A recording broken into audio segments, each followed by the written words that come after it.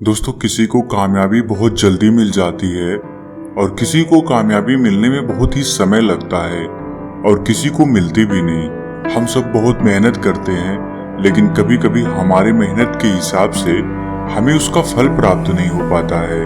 और आपने देखा होगा कि कुछ लोग थोड़ा ही परिश्रम किए और वे लोग बहुत आगे निकल गए। आप कहते भी होंगे, अरे वह तो पढ़ने में मेरे से धीमा था लेकिन फिर भी हमसे आगे निकल गया। आप जो सोच रहे हैं वह चीज आपके हिसाब से नहीं हो रही है और बार बार असफलता का मुंह ही देखना पड़ रहा है और अंत में खुद को आप लाचार पा रहे हैं, खुद को कमजोर पा रहे हैं। कई बार होता है कि हम सब इतने असफल हो जाते हैं कि फिर हमारा मन टूट जाता है। हम खुद को बहुत ही कमजोर और हारा हुआ महसूस करने लग जाते हैं और बहुत निराशा भी होती है। और निराशा क्यों ना हो, दुखी क्यों ना हो हम, क्योंकि हमने तो बहुत परिश्रम किया था, जितना हमसे होना चाहिए था उतना किया था, लेकिन मुझे उस परिश्रम के हिसाब से उसका फल नहीं मिल पाया और एक बार फिर असफलता का मुंह देखना पड़ा। दोस्तों, अगर यह सारी सिचुएशन, यह सारी समस्याएं आपके भी जीवन में घटित हो रही हैं या ना भी घटित हो रही हैं, तो भी आप इस वीडियो को छोड़कर कहीं ना जाइएगा, क्योंकि कुछ ऐसी बातें आपको पता चलेंगी जो कि शायद आप इससे पहले कहीं सुने हों। जो बातें मैं आपको बताने वाला हूँ वह सारी बातें आपको इन सभी मुश्किलों से बाहर निकाल लेंगी। जैसे आज के समय में स्कूल है, वैसे ही पुराने समय में आश्रम हुआ करते थे। उस समय के लोग अपनी शिक्षा ग्रहण करने के लिए आश्रम में जाया करते थे। उस समय हर शिष्य अपने गुरु का बहुत ही सम्मान करता था। प्राचीन समय में किताबी ज्ञान से ज्यादा लोगों को व्यवहारिक ज्ञान सिखाया जाता था। प्राचीन समय में एक आश्रम था जिसमें विभिन्न प्रकार के विद्यार्थी गुरु से शिक्षा ग्रहण करते थे। आश्रम से सभी बच्चे शिक्षा ग्रहण करने के बाद अपने अपने राज्य को वापस लौट जाते थे। उन्हीं शिष्यों में राजवीर नाम का एक शिष्य था। वह भी अपने गुरु से शिक्षा ग्रहण करने के बाद अपने राज्य वापस लौट आता है। वापस आने के बाद सभी लोग अपने अपने राज्य में अपने अपने कामों में वापस लग जाते हैं। धीरे धीरे समय बीतता गया, राजवीर और बड़ा होने लगा। उसके परिवार की दशा पहले से ही अच्छी नहीं थी।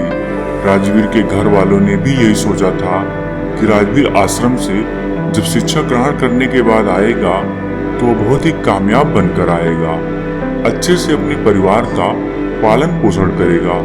लेकिन राजवीर के साथ ये सारी बातें उल्टी हो रही थी। वह आश्रम से शिक्षा ग्रहण करके तो आया था, लेकिन जब वह काम की तलाश में दूर दूर जाता तो उसे कोई काम नहीं मिलता था।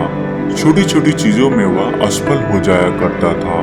राजवीर एक बार एक राजा के यहाँ गया हुआ था, क्योंकि राजा अपनी सेना में नए सैनिकों को भर्ती कर रहा था।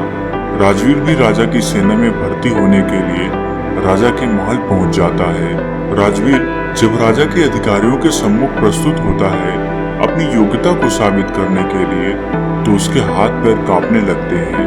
यह देख राजा के अधिकारी उसे बाहर कर देते हैं। उससे कहते हैं कि तुम राजा की सेना में भर्ती होने लायक नहीं होगे। दोस्तों, इस बात से राजवीर बहुत ही निराश और हताश हो जाता है, क्योंकि उसके जीवन में अगर कोई उम्मीद भी बची हुई थी तो यही एक थी। इसके बाद वो अपने घर दुखी मन से वापस लौट आता है।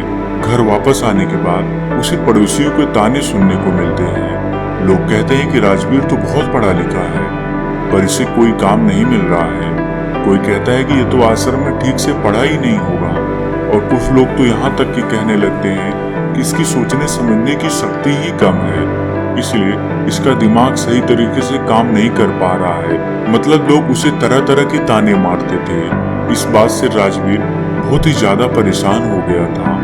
एक दिन उसके मन में आत्महत्या करने का विचार भी आने लगा। फिर जैसे तैसे उसने खुद को संभाला। उसने अपनी समस्या एक दोस्त से बताई। दोस्त ने कहा, राजवीर, तुम एक बार फिर आश्रम में अपने गुरुजी से मिलने जाओ और तुम उन्हें अपनी सारी समस्या बताओ, वह तुम्हारी सारी समस्याओं का निराकरण कर देंगे। राजवीर तो पहले हिचकता है कि आश्रम गए हुए बहुत दिन हो गए, पता नहीं गुरुजी मुझे पहचान पाएंगे कि नहीं। लेकिन जैसे तैसे वह हिम्मत जुटाकर आश्रम चला जाता है वहीं पर उसे वही पुराने गुरु मिलते हैं जिन्होंने राजवीर को बचपन में पढ़ाया था। गुरु अब बूढ़े हो चले थे। राजवीर उन्हें अपनी सारी समस्या बताता है। गुरु बिल्कुल शांतिपूर्वक उसकी बातों को सुनते हैं। राजवीर कहता है कि हे गुरुवर, मैं कहीं भी जाता हूँ तो मैं असफल हो जाता हूँ। मैं किसी भी परीक्षा में पास नहीं हो पाता हूँ। मैं अपना अध्ययन भी बहुत ही अच्छे तरीके से किया था, फिर भी मैं असफल होता जा रहा हूँ। खुद को लाचार पा रहा हूँ। हमारे दिमाग में तमाम तरह के नकारात्मक विचार जन्म ले रहे हैं। गुरु कहते हैं कि राजवीर, मैं तुम्हें एक कहानी के माध्यम से तुम्हारी सारी समस्याओं को दूर कर दूंगा। उसे तुम ध्यान पूर्वक सुनना। गुरु कहते हैं कि एक चरवाहा जंगल में बकरियां चराया करता था। बकरी चराते चराते वो जंगल में इतना आगे निकल गया कि उसे शेर का एक छोटा बच्चा मिला। उसने अभी आंखें भी नहीं खोली थी। छोटा बच्चा सबको प्यारा लगता है, यह जानते हुए भी कि यह शेर का बच्चा है। उस चरवाहे ने उस शेर के बच्चे को उठा लिया और भेड़ों का दूध पिलाने लगा। वह बच्चा धीरे धीरे बढ़ने लगा। भेड़ों के बच्चों के साथ खेलता, भेड़ों के साथ ही घास खाता, भेड़ों की तरह ही बोलता, अपने आप को भेड़ ही समझता था। अब बच्चा बड़ा हो गया था। एक रोज किसी दूसरे शेर ने भेड़ों के झुंड पर हमला कर दिया। सभी भेड़ें दौड़ने लगी। शेर के उस बच्चे ने भी डरते कांपते भेड़ों की तरह भेड़ों के झुंड की तरफ भागने लगा। वह बड़ा हो गया था, लेकिन फिर भी भेड़ों के साथ ही भागा जा रहा था। दौड़ते हुए शेर के बच्चे को, जो कि अब बड़ा हो गया था, उस हमलावर शेर ने देख लिया। उसे इस तरह भागते हुए देख हमलावर शेर को बड़ा ही आश्चर्य हुआ। उसने भेड़ों की ओर से अपना ध्यान हटाया और उस शेर के बच्चे को ही पकड़ लिया और उसे समझाने लगा कि तू क्यों डरता है, तू तो खुद शेर है। दूसरा शेर जो भेड़ों के झुंड से भाग रहा था, वह कहता है कि शेर तो जंगल का राजा होता है। उसकी दहाड़ से सभी जानवर कांपते हैं। मैं घास खाने वाले इतना शक्तिशाली शेर नहीं हो सकता। हमलावर शेर ने उसे पकड़कर एक कुएं के पास ले गया। कुएं के अंदर उसे उसका चेहरा दिखाकर कहता है, देख, तेरा चेहरा मेरे जैसा ही है, तेरे पंजे भी मेरे जैसे ही हैं, इसलिए तू भेड़ नहीं है, तू शेर है। दूसरा शेर कहने लगा, ठीक है, मेरा चेहरा तेरे जैसा ही है, मगर तू तो बहुत शक्तिशाली है। मेरी आवाज से तो कोई डरता भी नहीं। हमलावर शेर ने कहा, तेरी आवाज से भी लोग डरेंगे, बस तू खुद को शेर समझ। जिस दिन तू खुद को शेर समझ लिया, उस दिन तेरे से सब डरेंगे। बस तू खुद की अंदर की शक्ति को पहचान। तुझे महसूस करना होगा कि मैं भी एक शेर हूँ, मेरे पास भी ताकत है, मैं भी जंगल का राजा बन सकता हूँ। जिस दिन तेरे मन में यह विचार आ गया, उसी दिन तू किसी से नहीं डरेगा। तू डर इसीलिए रहा है, या यूं कहे कि डर कर इसलिए भाग रहा था क्योंकि तू खुद को भेड़ समझ रहा था। जब तक तू खुद को भेड़ समझेगा, तब तक तू भागता रहेगा, क्योंकि बचपन से ही तू खुद को भेड़ समझते हुए आ रहा था और खुद को भेड़ समझने लग गया था। इसलिए तू डर के भाग रहा था, क्योंकि बचपन से ही लोगों ने तुझे भेड़ ही समझा है। किसी ने तुझे शेर कहकर पुकारा ही नहीं, इसलिए तू खुद को भेड़ समझने लगा। गुरु ने कहा, राजवीर, तुम्हारी भी जिंदगी में यही हो रहा है। तुम्हारे पास सारी योग्यताएं हैं, लेकिन तुम भी खुद को भेड़ ही समझ रहे हो। इसका सबसे बड़ा कारण यह है कि कोई तुम्हें प्रोत्साहित नहीं कर रहा है कि तुम भी कर सकते हो। लोग तुम्हें बस अपनी नकारात्मक ऊर्जा ही दे रहे हैं। लोग तुमसे बस यही कह रहे हैं कि राजवीर पढ़ा नहीं है, राजवीर योग्य नहीं है, इसलिए उसे कहीं पर भी कोई काम या नौकरी नहीं मिल रही है। तुम्हारे चाहने वाले, पास पड़ोस वाले असफलता का डर तुम्हारे दिमाग में भर दिए हैं। बचपन से ही वे लोग तुम्हें अयोग्य ही बोल रहे हैं और अयोग्य ही समझ रहे हैं। इससे तुम्हारी मानसिक दशा अयोग्य सी हो गई है। तुम कैद हो गए हो। तुम खुद को हारा हुआ महसूस करने लगे हो, क्योंकि लंबे समय तक जब किसी को अयोग्य असफल बोला जाएगा तो उसका दिमाग सच में अयोग्य असफल हो जाता है। वह खुद को कमजोर और लाचार समझने लगता है, क्योंकि लोगों ने उसे कमजोर, लाचार ही बोला है। इस दुनिया में प्रोत्साहित करने वाले लोग बहुत ही कम हैं। राजवीर, चारों तरफ लोग तुम्हें बस नकारात्मक ऊर्जाएं ही देंगे। वह तो चाहते हैं कि तुम जिंदगी में सफल ना हो, तुम भेड़ ही बने रहो, क्योंकि वे लोग तुम्हें भेड़ की ही तरह पालना चाहते हैं। उन्हें भी डर है कि अगर तुम शेर बन गए तो तुम उन्हें खा जाओगे, क्योंकि शेर से सब डरते हैं। अर्थात उन्हें डर है कि तुम जिंदगी में आगे निकल जाओगे।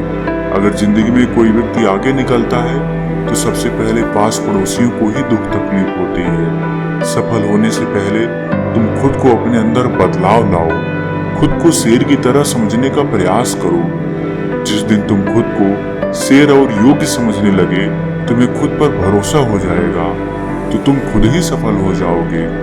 गुरु कहते हैं कि राजवीर, अगर किसी बच्चे को बचपन से ही बोला जाएगा कि तू कुछ नहीं कर सकता, तू असफल हो जाएगा, तू गधा है, पढ़ाई भी सही से नहीं कर रहा है, तो जिंदगी में वह कुछ नहीं कर पाएगा। ये सभी बातें उसे भेड़ बना देंगी, क्योंकि वह बचपन से ही खुद को भेड़ समझने लग जाता है। यहाँ भेड़ से तात्पर्य यह है कि वह खुद को कमजोर और लाचार समझने लग जाता है। उसे लगता है कि वह जिंदगी में सफल ही नहीं हो सकता। लोग उसे खुद कमजोर बना देते हैं। लेकिन अगर उसके दिमाग में बचपन से ही बोला जाए कि तू शेर है, तू कर सकता है, तेरे अंदर बहुत ताकत है, तेरे अंदर बहुत हिम्मत है, दुनिया की कोई भी ताकत तुझे सफल होने से नहीं रोक सकती। अगर बचपन से यह सब विचार उसके दिमाग में डाल दिए जाएं, तो वास्तव में उसे सफल होने से कोई नहीं रोक सकता, क्योंकि उसके दिमाग में बस गया है कि वह सफल हो जाएगा। उसके दिमाग में ये सभी बातें बैठ जाती हैं, तो फिर यह ब्रह्मांड खुद उसे सफल बनाता है। बच्चा जब 7 साल का होता है तो लोग जो भी बोलते हैं, उसके इर्द गिर्द क्या चल रहा है, वह यह सब बातें बहुत ही अच्छे से सुनता है और समझता भी है। गुरु कहते हैं कि अगर उस 7 साल के बच्चे के अंदर अच्छे विचार, अच्छी सोच और उसके बारे में अच्छा बोला जाए, उससे अच्छा कहा जाए कि तू सब कुछ कर सकता है, तेरे में बहुत हिम्मत है, और सभी सकारात्मक विचार उसके दिमाग में डाल दिए जाएं, तो उसके दिमाग की क्षमता बढ़ने लगती है, उसकी सोचने समझने की शक्ति बढ़ने लगती है, और ऐसे बच्चे आगे चलकर अपने जीवन में जरूर सफल होते हैं। कोई भी बच्चा कितना भी गधा क्यों ना हो, हमें उसे कभी भी गधा या कमजोर नहीं बोलना चाहिए। जब हम किसी बच्चे को कमजोर या लाचार बोलते हैं, तो वह सच में खुद को कमजोर और लाचार समझने लग जाता है।